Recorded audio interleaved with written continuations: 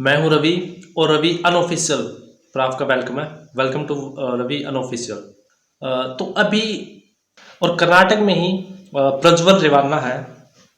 प्रज्वल रेवान्ना है जो कि अभी जर्मनी भाग गया, वो भी डिप्लोमेटिक पासपोर्ट से। मतलब एक ऐसा पासपोर्ट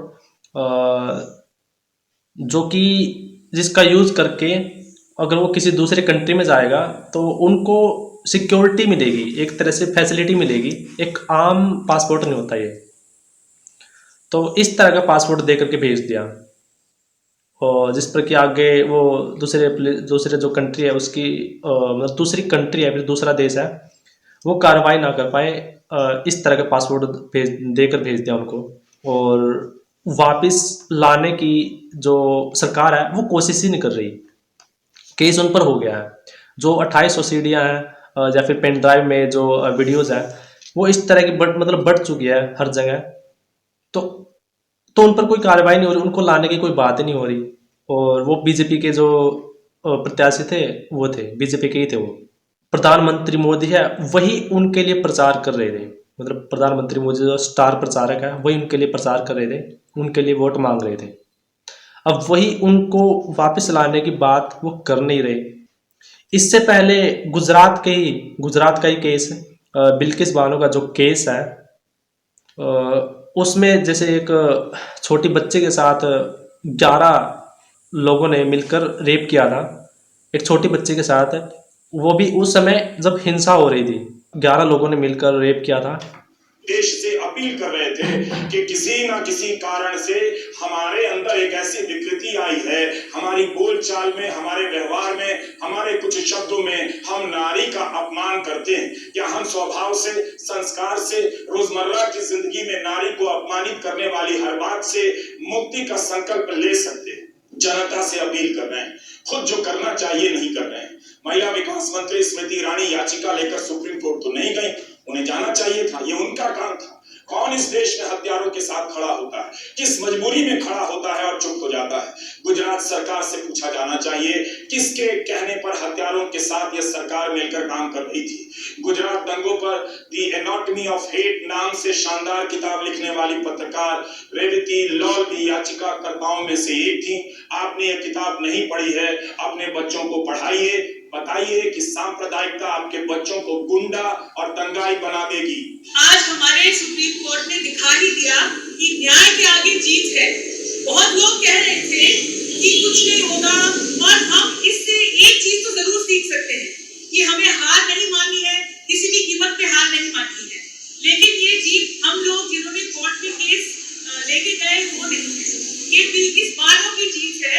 और बिल्किस बानो से देश के बाकी सारी औरतें, खासकर मुस्लिम औरतों को ये जान लेना चाहिए कि न्याय अभी भी मरी नहीं है।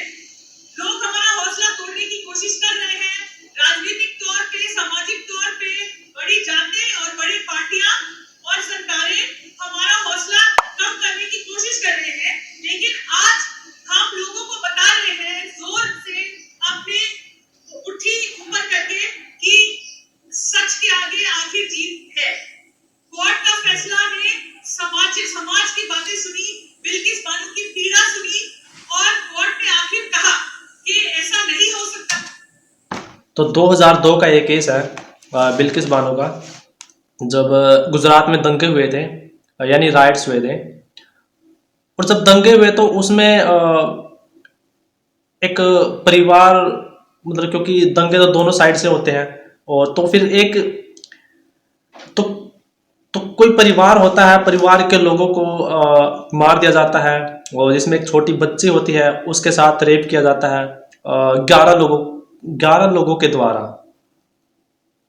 और जिसमें फिर जिसकी बेटी होती है तो उसको भी बिल्कुल अधमरा कर दिया जाता है, और उसको मरा हुआ समझ के वो आगे चले जाते हैं। फिर बाद में किसी तरह से वो, क्योंकि वो तो जिंदा होती है, तो बाद में वो किसी की हेल्प ले करके वो अपना ठीक होकर के वो अपना जो केस है वो, या फिर जो FIR है वो करवाती है।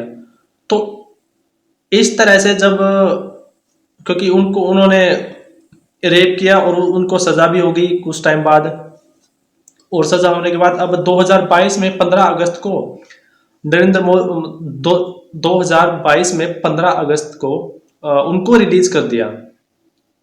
2022 में 15 अगस्त को उनको छोड़ दिया, उनको माफ़ी दे दी 11 लोगों को। और फरवरी में सुप्रीम कोर्ट ने अपना जो जजमेंट है, जो फैसला वो सुनाया कि उनको आपने छोड़ा कैसे, उनको छोड़ना ही चाहिए था। और 2 हफ्ते का टाइम दिया था फरवरी में, अभी इसी साल 2024 में ही, कि वो अपने आप को सरेंडर करे सुप्रीम कोर्ट में। मतलब सुप्रीम कोर्ट में जजमेंट सुना दे, अपने आप को सरेंडर करे और गवर्नमेंट को भी फटकार लगा कि आपने उन 11 को कैसे छोड़ दिया। तो इस तरह से जो गवर्नमेंट है वो इनका साथ देती है। और जो ये प्रज्वल रेवान्ना है, इसका जो केस है वो तो हमारे सामने ही है। ये भी सामने था और ये भी हमारे सामने ही है प्रज्वल रेवान्ना का। इसमें तो खुद ही भगा रही है। यहाँ तो अरेस्ट हो गए थे, लेकिन इसमें तो खुद ही भगा दिया उनको, डिप्लोमेटिक जो पासपोर्ट है वो दे करके जर्मनी भगा दिया उनको कि जाओ, आप जाओ, आपके साथ कुछ नहीं होगा। क्योंकि जो पासपोर्ट है उसमें छूट मिल रही है कि आपके साथ कोई कार्रवाई नहीं होगी।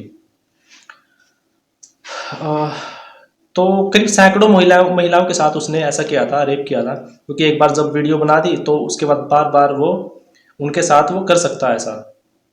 एक तो ये कर्नाटक का मामला है प्रज्वल रेवान्ना का। और बिल्किस बानो का जो केस है वो है अपना गुजरात का, वो अपना गुजरात का। ओके, जो बिल्किस बानो का जो केस है वो गुजरात का। और स्मृति ईरानी जो कि महिला एवं बाल विकास मंत्री है, मंत्रालय के जो हेड है वो है। तो वो ना तो मणिपुर गई, और ये जो केस हुआ था बिल्किस बानो का, इसमें भी नहीं गई। और ये जो कर्नाटक का केस है, इसमें तो उनका कुछ समझ में नहीं आ रहा कि वो उन्होंने कुछ बोला भी या नहीं बोला है। अभी तक तो मैंने सुना नहीं उनको बोलते हुए कहीं पर। तो वो अमेठी से है स्मृति ईरानी, और ये प्रज्वल रेवान्ना है, ये अपना कर्नाटक से थे। और गुजरात में ही गांधीनगर एक निर्वाचन क्षेत्र है जहाँ से अमित शाह हमारे गृह मंत्री, वो वहाँ से कैंडिडेट है। तो अभी ये 3 चरण हो गए और इनमें करीब 60 से 70% वोटिंग डली है। और आगे क्योंकि लोग निकल ही नहीं रहे ना घर से। अगर लोग घर से निकलेंगे, भाई गर्मी है, कोई बड़ी बात नहीं, एक दिन की गर्मी में कोई प्रॉब्लम नहीं है, सब निकल रहे हैं। और जो 60% लोग है, 70% है, वो भी निकल ही रहे हैं। तो सबको निकलना पड़ेगा। जो लोग अभी घर में है वोट डालने नहीं जा रहे, बहाना उनका कुछ भी हो, गर्मी का बहाना ही होगा और कोई बहाना नहीं है। क्योंकि उनकी छुट्टी होती उस समय उनकी छुट्टी होती है, तो वो अपना वोट डालने निकले भाई, क्योंकि वोट डालना ज़रूरी है और हमारा अधिकार भी है। नॉर्थ कोरिया में तो उनके पास तो अधिकार भी नहीं है इस तरह का, तो हम यूज़ भी नहीं करें उस अधिकार को।